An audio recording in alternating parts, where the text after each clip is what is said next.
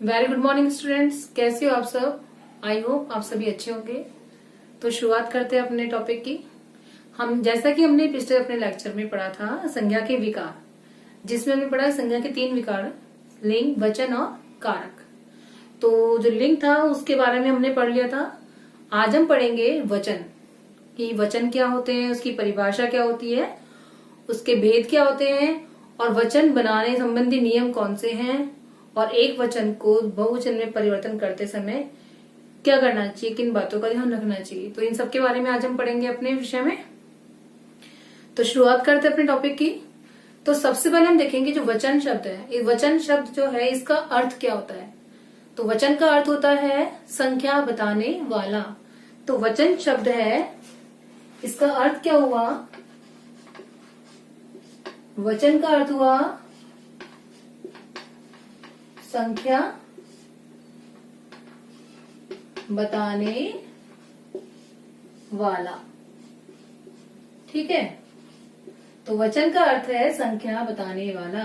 तो इसके आधार पर इसकी परिभाषा किस प्रकार बनती है कि वे शब्द जो एक या एक से अधिक होने का बोध करवाते हैं वो होते हैं वचन। तो वचन क्या होते हैं, जिन शब्दों से उसके एक या एक से अधिक होने का बोध हो वो कहलाते हैं वचन। एक या एक से अधिक संख्याओं का बोध हो। ठीक है, तो परिभाषा क्या बन गई इसकी। तो परिभाषा देखें वचन की हम,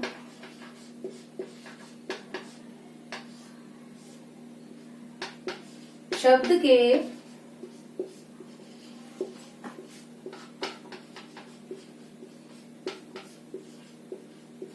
जिस रूप से उसके एक या एक से अधिक होने का बोध हो। ठीक है, उन्हें वचन कहते हैं, उसे वचन कहते हैं। सॉरी, ठीक है। तो शब्द के जिस रूप से उसके एक या एक से अधिक होने का बोध होता है वो होते हैं वचन। मतलब जिससे संख्याओं का मालूम चलता है कि संख्या एक है या फिर एक से अधिक, वो हो गए वचन। अब इस परिभाषा के आधार पर वचन के भेद निर्धारित किए गए। तो वचन के भेद कितने हो गए, एक या एक से अधिक। तो इस आधार पर वचन के भेद कितने हो गए, 2। मतलब एक हो गया तो क्या हो गया, एक वचन, और एक से अधिक हो गया तो क्या बन गया, बहुवचन। तो अब देखते हैं कि वचन के भेद कितने हैं। वचन के 2 भेद हैं। पहला है एक वचन और दूसरा है बहुवचन। अब जैसा कि इनके नाम से ही विदित हो रहा है हमें कि एक वचन मतलब एक, और वचन का अर्थ हमने पढ़ा था संख्या बताने वाला। मतलब वे शब्द जिनसे किसी वस्तु, किसी प्राणी या किसी पदार्थ के एक होने का बोध होता है या उसके एक संख्या का मालूम चलता है वो होते हैं एक वचन। और बहु मतलब बहुत सारी, और वचन वही संख्या बताने वाले। तो क्या हो गया कि वे शब्द जिनसे किसी व्यक्ति, एक से अधिक व्यक्ति, वस्तु या पदार्थ का बोध होता है वो होते हैं बहुवचन। तो इसकी परिभाषा हम देखते हैं।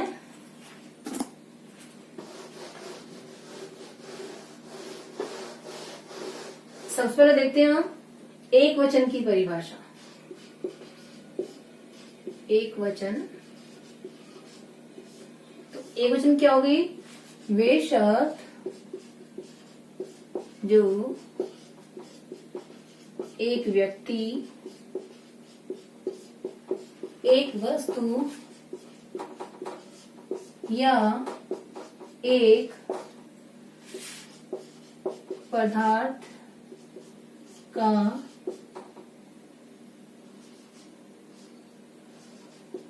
बोध करवाते हैं।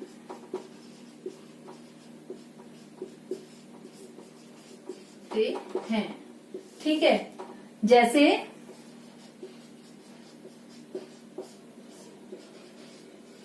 लड़का खेल रहा है,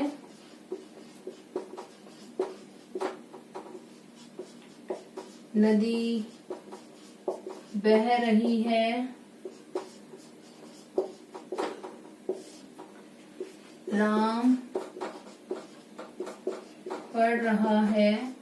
तो ये जो शब्द वाक्य हमने देखे कि लड़का खेल रहा है, नदी बह रही है, राम पढ़ रहा है, तो इसमें कौन कौन से शब्द हैं जो कि एक व्यक्ति, मतलब ये लड़का जो है ये एक व्यक्ति का बोध करवा रहा है। तो लड़का, नदी, राम, ये तीनों किसका बोध करवा रहे हैं? संख्या के एक होने का। तो ये क्या हो गया? एक वचन। तो एक वचन की परिभाषा क्या हो गई? वे शब्द जिनसे कि एक संख्या होने का, एक होने का बोध होता है, वो होते हैं एक वचन। अब देखते हैं बहुवचन। बहुवचन क्या होते हैं? अब है बहुवचन। अब जो बहुवचन है इसकी परिभाषा क्या हो गई? वे शब्द जो एक से अधिक व्यक्ति, प्राणी या पदार्थ का बोध कराते हैं, वो क्या हो गए? बहुवचन। जो एक से अधिक व्यक्ति, वस्तु या प्राणी का बोध करवाते हैं वो होते हैं बहुवचन। जैसे उदाहरण देखें हम कि जैसे हमने पहले देखा था लड़का खेल रहा है, तो इसमें क्या बन जाएगा? लड़के, नदियां,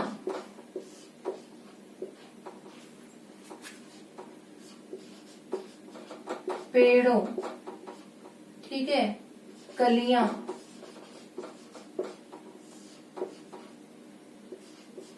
गुड़िया। तो ये सब शब्द जो है वो किसका बोध करवा रहे हैं? एक से अधिक संख्याओं का। तो ये किसमें आ गए? बहुवचन में। तो हमने एक वचन देखा जिसमें कि एक संख्या का बोध होता है, और बहुवचन में क्या होता है? एक से अधिक संख्याओं का बोध होता है। अब कौन कौन से शब्द एक वचन रहते हैं हमेशा, कौन से बहुवचन रहते हैं, उनके बारे में देखते हैं हम। परिभाषा हमने देखी। अब हम देखते हैं कौन कौन से शब्द ऐसे हैं जो कि हमेशा एक वचन में रहते हैं, और कौन से ऐसे शब्द हैं जो हमेशा बहुवचन में रहते हैं। तो हम देखते हैं।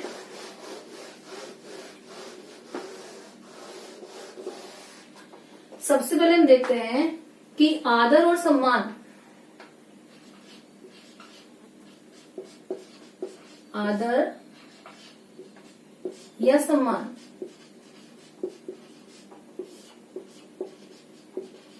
प्रकट करने के लिए किसका प्रयोग होता है? हमेशा बहुवचन का।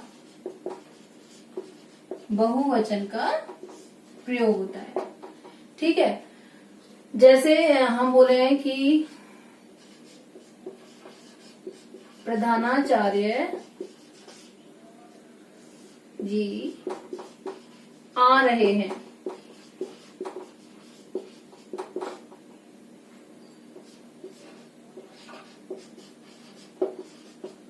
रविंद्रनाथ ठाकुर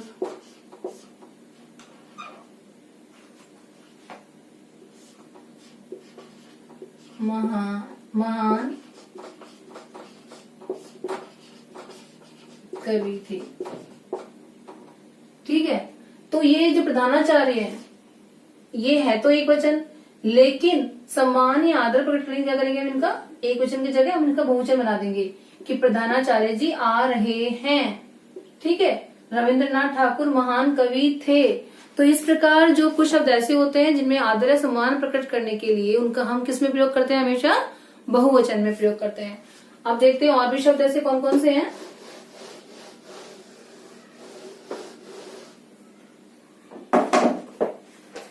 देखते हैं, जैसे ये है वर्षा, पानी, जनता, ठीक है। ये शब्द ऐसे हैं जैसे छाया, इस तरह के शब्द जो भी है, आकाश है, बहुत सारे शब्द हैं ऐसे कई जो कि हमेशा किसमें प्रयोग होते हैं, हमेशा ये होते हैं, हमेशा एक वचन में प्रयोग होता है, हमेशा, सॉरी,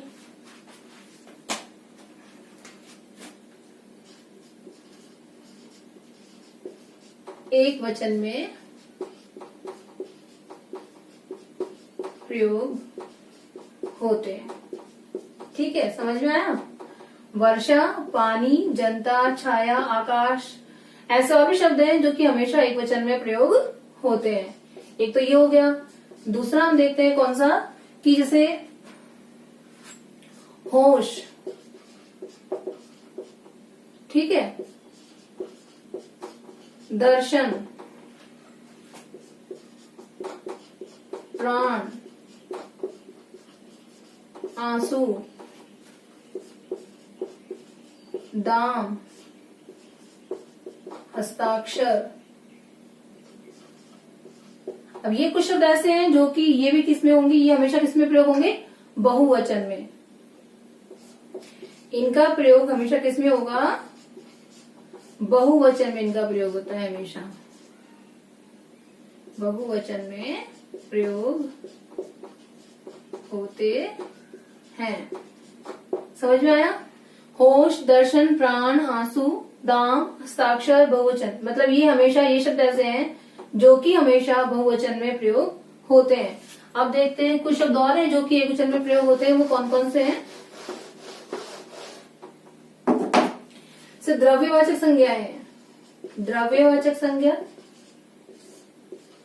द्रव्यवाचक संज्ञा, व्यक्तिवाचक संज्ञा और कौन सी हो गई, भाववाचक संज्ञा, भाववाचक संज्ञा। ये हमेशा किसमें प्रयोग होंगे, ये हमेशा एक वचन में प्रयोग होते हैं। ठीक है, ये हमेशा एक वचन में प्रयोग होते हैं। समझ में आया? कौन कौन से, द्रव्यवाचक, व्यक्तिवाचक और भाववाचक। तो ये तीनों हमेशा किसमें प्रयोग होंगे, जैसे द्रव्यवाचक में हो गया सोना, चांदी, पानी। ठीक है, व्यक्तिवाचक में किसी का भी नाम मान लो आप। भाववाचक में हो गया महंगाई, क्रोध, घृणा। ठीक है, तो ये सब किसमें आ गए, एक वचन में। तो कौन कौन से होते हैं, द्रव्यवाचक संज्ञाएं, भाववाचक और व्यक्तिवाचक, हमेशा किसमें प्रयोग होंगे, एक वचन में प्रयोग होते हैं। अब हम देखते हैं कि जो पहचान, मतलब इनकी पहचान क्या होती है, कौन कौन, किस तरह से हम लोग एक वचन को बहुवचन में बनाते हैं, वो हम देखते हैं।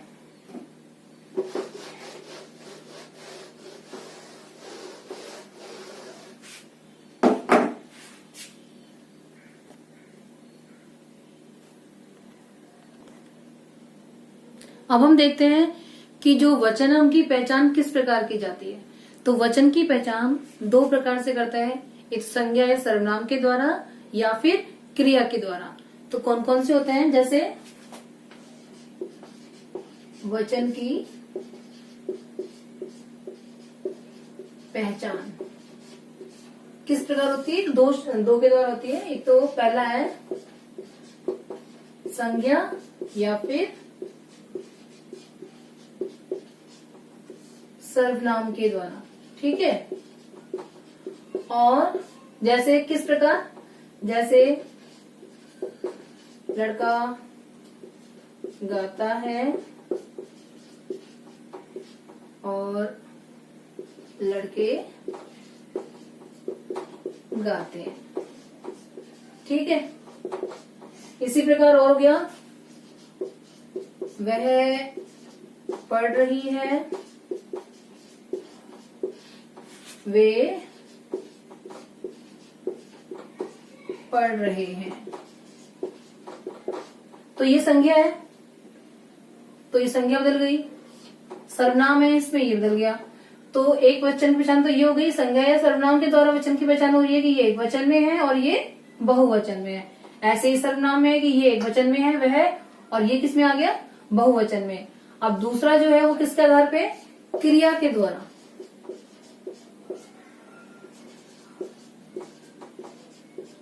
क्रिया के द्वारा। अब ये जैसे कैसे हो गया, साधु भोजन कर रहा है। एक वाक्य ये बन गया, साधु भोजन कर रहा है, और दूसरा बन गया इसी पे, साधु भोजन कर रहे हैं। ठीक है। अब ऐसे ही और देखिए हम, पेड़ टूट गया, और दूसरा हो गया पेड़ टूट गए। अब इसमें भी वही, इसमें क्या है, क्रिया के आधार पर किसका बोध हो रहा है, साधु। तो इसमें भी साधु वही शब्द है, इसमें भी साधु है, लेकिन इसमें कौन सा एक वचन है और कौन सा बहुवचन है, किसके आधार पर चल रहा है, हमें क्रिया के द्वारा। कि साधु भोजन कर रहा है मतलब एक है, तो ये कौन सा हो गया, एक वचन। साधु भोजन कर रहे हैं, तो ये किसका बोध करवा रहा है, बहुवचन का। मतलब साधु एक नहीं, एक से अधिक है, तो ये कौन सा हो गया, बहुवचन, और ये कौन सा हो गया, एक वचन। ऐसे दूसरा है हमारा, पेड़ टूट गया, तो इसमें एक है, पेड़ टूट गया एक ही होगा, और पेड़ टूट गए मतलब एक से अधिक पेड़ों के बारे में बोध करवा रहा है। तो ये दूसरा हो गया कि वचन की पहचान कितने आधार पर हो गई, दो आधार पे, संज्ञा और सर्वनाम के आधार पे होती है, और दूसरी क्रिया के द्वारा होती है। ठीक है। कि कुछ शब्द ऐसे होते हैं जो कि वचन में भी सेम होते हैं, संज्ञा शब्द, और बहुवचन में भी सेम होते हैं, तो उनकी पहचान किस प्रकार होती है, क्रिया के द्वारा उनकी पहचान होती है कि कौन सा एक वचन है और कौन सा बहुवचन है। अब हम देखते हैं कि वचन परिवर्तन के नियम, की एक वचन से बहुवचन बनाते समय कौन कौन से नियम है, उनके बारे में हम देखते हैं एक बार।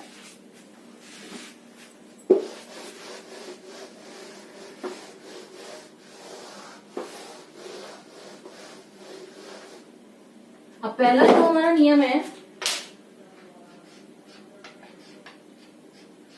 वो है ए प्रत्यय वाला। ठीक है। कि ए प्रत्यय किसमें लगता है, ए प्रत्यय संबंधी नियम। ठीक है। तो ये कौन सा है, जिसके अंत में आ होता है, मतलब वे शब्द जिनके अंत में आ होता है, इनको क्या बोल सकते हैं हम, आकारांत भी बोल सकते हैं। ठीक है। आकारांत शब्द होते हैं, उनके अंत में क्या लगता है, ए। जिनके अंत में आ होता है उन्हें क्या बोलते हैं, आकारांत। तो वो कौन कौन से हो, जैसे कि देखो एग्जांपल, कपड़ा, कपड़ा, भाला, जाला, पंखा। ठीक है। तो आकारांत शब्दों के अंत में क्या लगेगा, ए। तो कपड़ा है तो क्या बन जाएगा, कपड़े।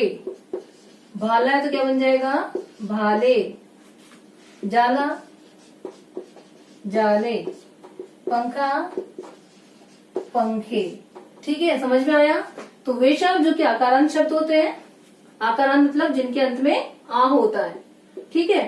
तो उनमें क्या लगता है, ए लग जाता है। ऐसे ही और भी शब्द हैं कई आकारांत शब्द जिनके अंत में या भी लगता है। कौन कौन से होते हैं देखते हैं एक बार हम।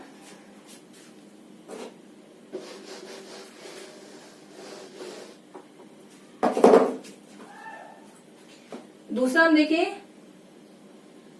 अकारांत शब्द। अकारांत शब्द होते हैं, दूसरा नियम है। अब वो कौन से होते हैं, जिनके अंत में जिनके अंत में ए होता है, वो होते हैं अकारांत। जिनके अंत में ए होता है, वो होते हैं अकारांत, तो उनके वहां क्या लग जाता है, वहां लगता है ए। ठीक है, जिनके अंत में यानी अकारांत शब्दों के बाद क्या लग जाता है, ए, वो बदलेंगे ए में। जैसे हम देखें लहर, एक शब्द है लहर, और है बात, पुस्तक, रात, सड़क, झील। अब ये एग्जाम्पल देखते हैं, ये किस प्रकार करेंगे। अब ये कौन से शब्द हैं, ये अकारांत शब्द है, मतलब इनके लास्ट में क्या है, ए, अंत में है ए, तो इनके अंत में क्या लग जाएगा, ए, तो क्या बन जाएगा, लहरें। अभी ए है, कैसे इसकी मात्रा कैसे होती है, इस प्रकार होती है, और यहां लग जाएगा बिंदु, तो ये हो गया लहरें। अब है बातें, सॉरी इसको इस तरह से लेंगे, पुस्तकें, रातें, सड़कें, झीलें। समझ में आ गया। तो अकारांत शब्दों के अंत में क्या लगता है, ए, तो ये बन गया लहर से लहरें, बात से बातें, पुस्तक से पुस्तकें, रातें, सड़क से सड़कें, झील से झीलें। अब दूसरा नियम देखते हैं इसका हम।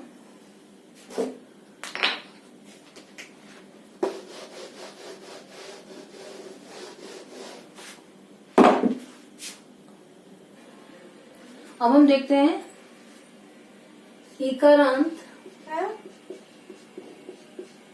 या इकारांत, ये इकारांत और ये इकारांत। तो ये शब्द कौन से हो गए, इनके अंत में यदि मतलब ई या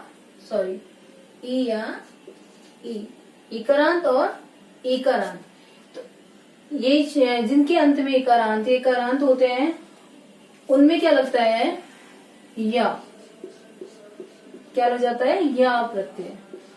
ठीक है, तो इकारांत या इकारांत शब्दों के अंत में या प्रत्यय लगता है, तो किस प्रकार बनता है, इसका उदाहरण देखें हम। और ये हमेशा कौन से शब्द होते हैं, इकारांत वाले स्त्रीलिंग शब्द होते हैं। इकारांत वाले शब्द कौन से होते हैं, हमेशा स्त्रीलिंग शब्द होते हैं। जैसे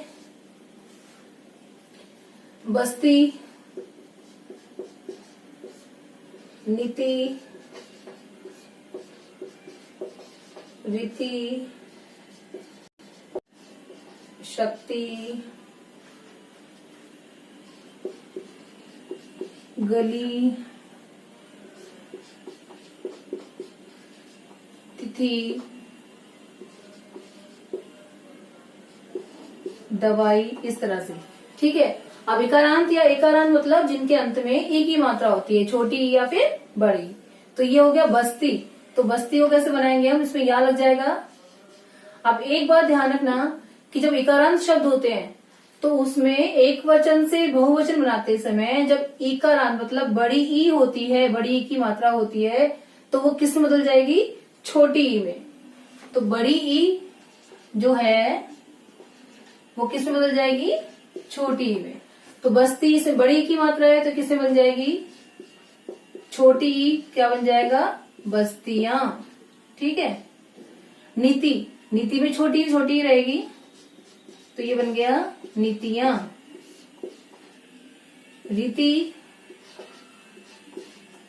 एक मिनट, रीतियां।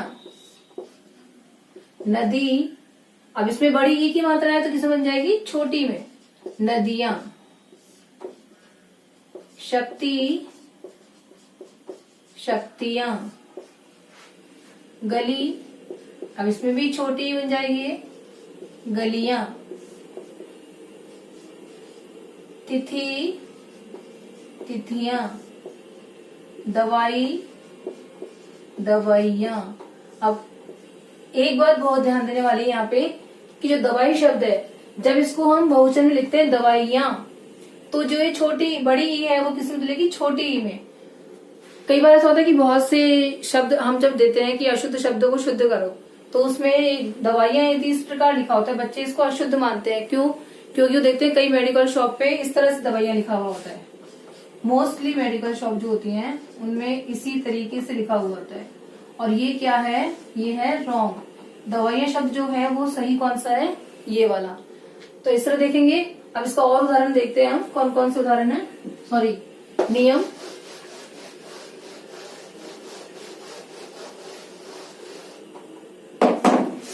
अब नियम है, किसी के अंत में या हो, कोई शब्द है उसके अंत में या हो तो उसका क्या बन जाएगा, या। और ई का बन जाएगा इयो। ठीक है। अब या कौन सा होता है, जैसे गुड़िया, गुड़िया है। चूहिया,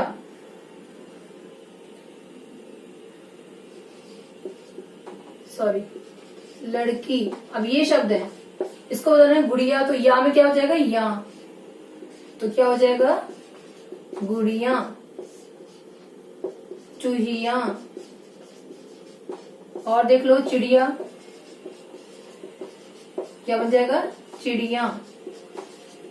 तो जिनके अंत में या होता है वो क्या बन जाएगा, या। लड़की है तो ई है तो क्या बन जाएगा, लड़कियों, लड़कियों। ठीक है। इस तरह से और देखें उदाहरण। अब कुछ शब्द ऐसे होते हैं जिनमें कि गण, जन, वृंद, लोग, ये लगकर ही क्या बनते हैं, बहुवचन बनते हैं। जैसे कि पक्षी है तो पक्षी क्या बन जाएगा, पक्षी वृंद। ठीक है। गुरु है तो क्या बन जाएगा, गुरुजन। पाठक,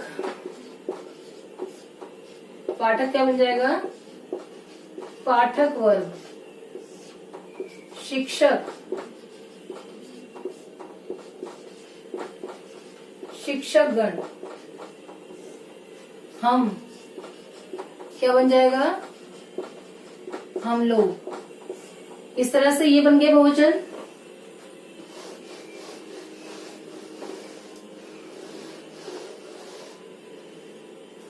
अब हमने इस तरह से वचन देखे, वचन के जो उदाहरण है वो देखे, कौन कौन से उदाहरण किस प्रकार बनते हैं। तो आई होप आप सभी को समझ में आया होगा। अब अपने नेक्स्ट लेक्चर में हम पढ़ेंगे कारक। धन्यवाद।